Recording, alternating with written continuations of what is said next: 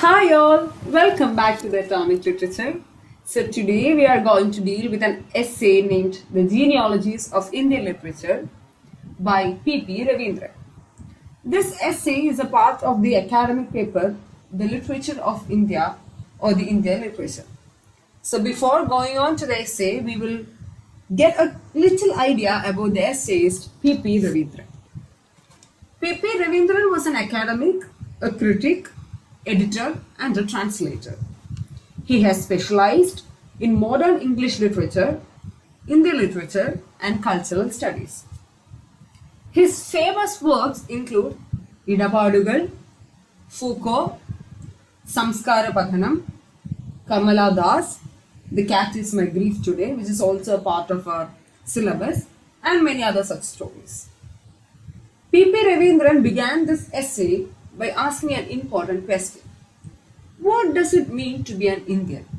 He says that in recent days there is a very heated debate going on dealing on the significance of two words, Indian and literature. Both these terms are matters of serious debate during the post-independence period in India, when there are conflict in the social as well as in the areas of political fronts. He then starts to find out the genealogy or the history of Indian literature.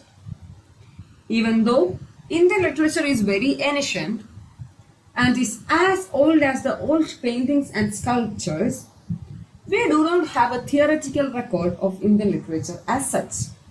It's because of the diversity of the century. In this essay, the writer says that the actual tracing of genealogy of Indian literature began in the late 19th century by some European scholars who were invested in Indian literature. But they were mostly biased towards Sanskrit, as they thought that Indian literature was synonymous with Sanskrit literature. Since these European scholars believed this, they ignored all other regional literature and focused only in Sanskrit literature. According to P.P. Raveendran, we do not have a strong theoretical idea about what this Indian literature is. Some of the Western ideologists who wrote about Indian literatures were Garrison D. Tassi, who wrote 2 volumes, The History of Literature of Hindu and Hindustani. Then we have Albrecht Weber, who wrote History of Indian Literature. Then Maurice Winternitz, who wrote 3 volumes of History of Indian Literature, etc. So the Western Indologists who were interested in the Indian literature would bring down or write about the constitution of Indian literature up to the first quarter of the 20th century. Only after this period of time that the Indian writers are writing and becoming interested in this.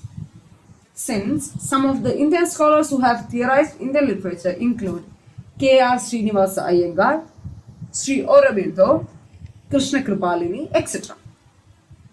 All the movements during the early 20th century, including the reformist, nationalist, modernist project, acted as the unifying force for nation of Indian literature.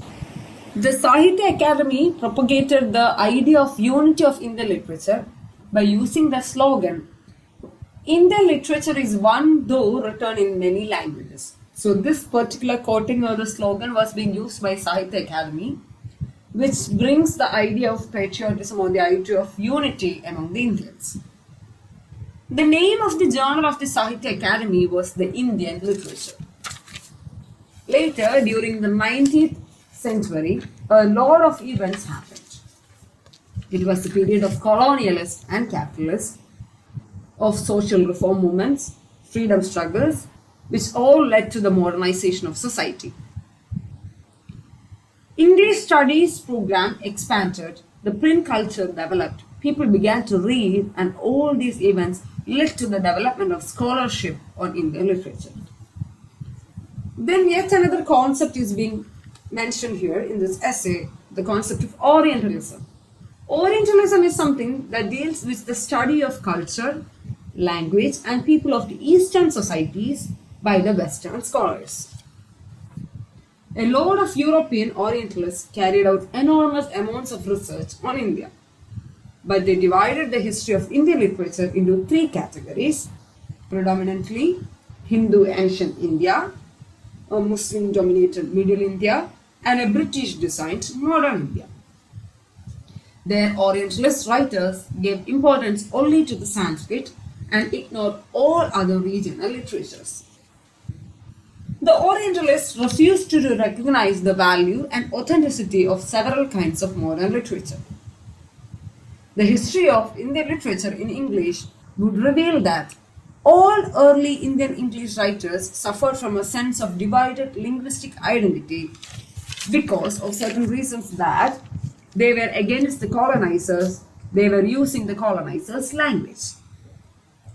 P.P. Raveendran then says that even though Indian writers had doubt about using the colonizers' language, the colonizers' language is simply the English itself, to write, some writers of the post-independence India like Salman Rushdie used English and proved that this language can be used for their creative expressions.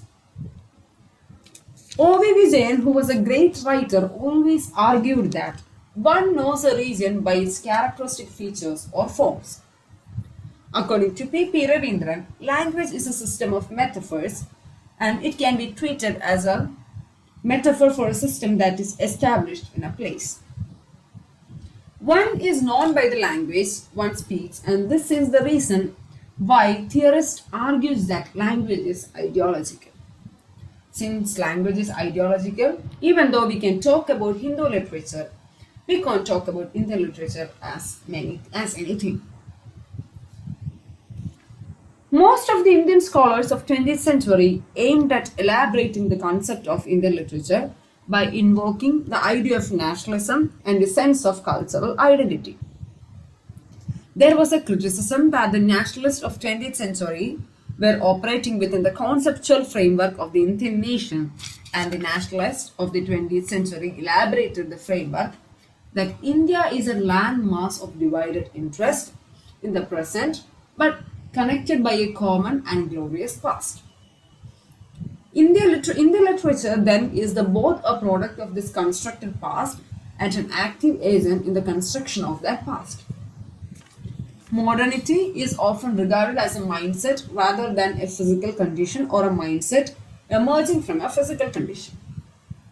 It welcomes the change, the growth, and the progress. It removes the distinctions, one between the class, caste, race, gender, language, and nationality.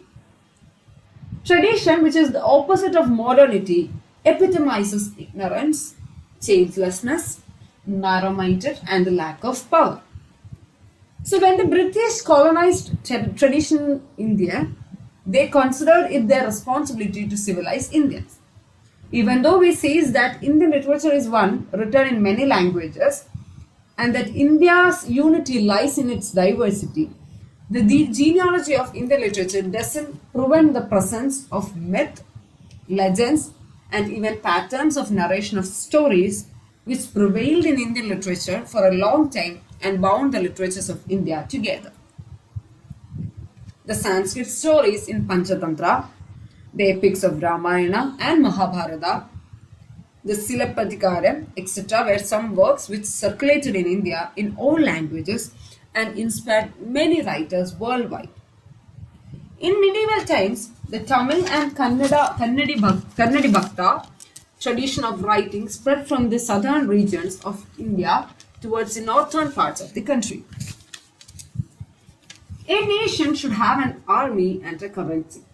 It also should have its own literature. So that was something very strong word or a strong quoting or a statement that every nation should have its own literature. So likewise, our India should have its own literature, which says all about its past and its achievements, and the glory has to be showcased to all the generations and all the people worldwide.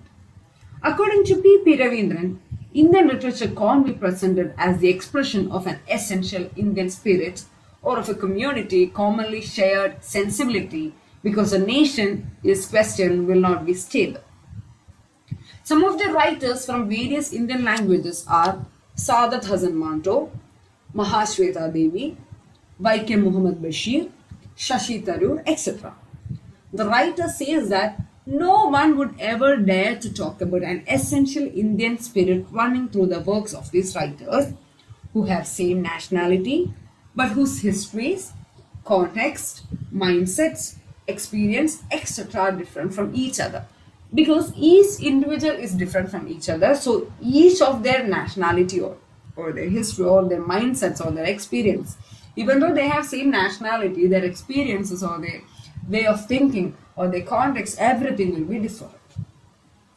If anyone still wants to talk about a common Indian literature with reference to these writers, one might see that these writers are divided by the same literature.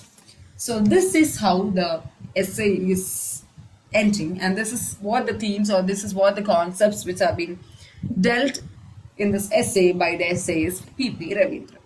So this is all about the history or the genealogy that is being associated with the Indian literature and the importance of preserving one's literature or the importance of preserving one's nationality or the spirit of nationality through literature is being evident in this work. And this is all about this essay, and hope you all have got an idea of this essay. And if you have any sorts of doubts, this certain PDF will be uploaded or certain PDFs can be shared through the email that's provided. That's all. See you in another episode. Thank you.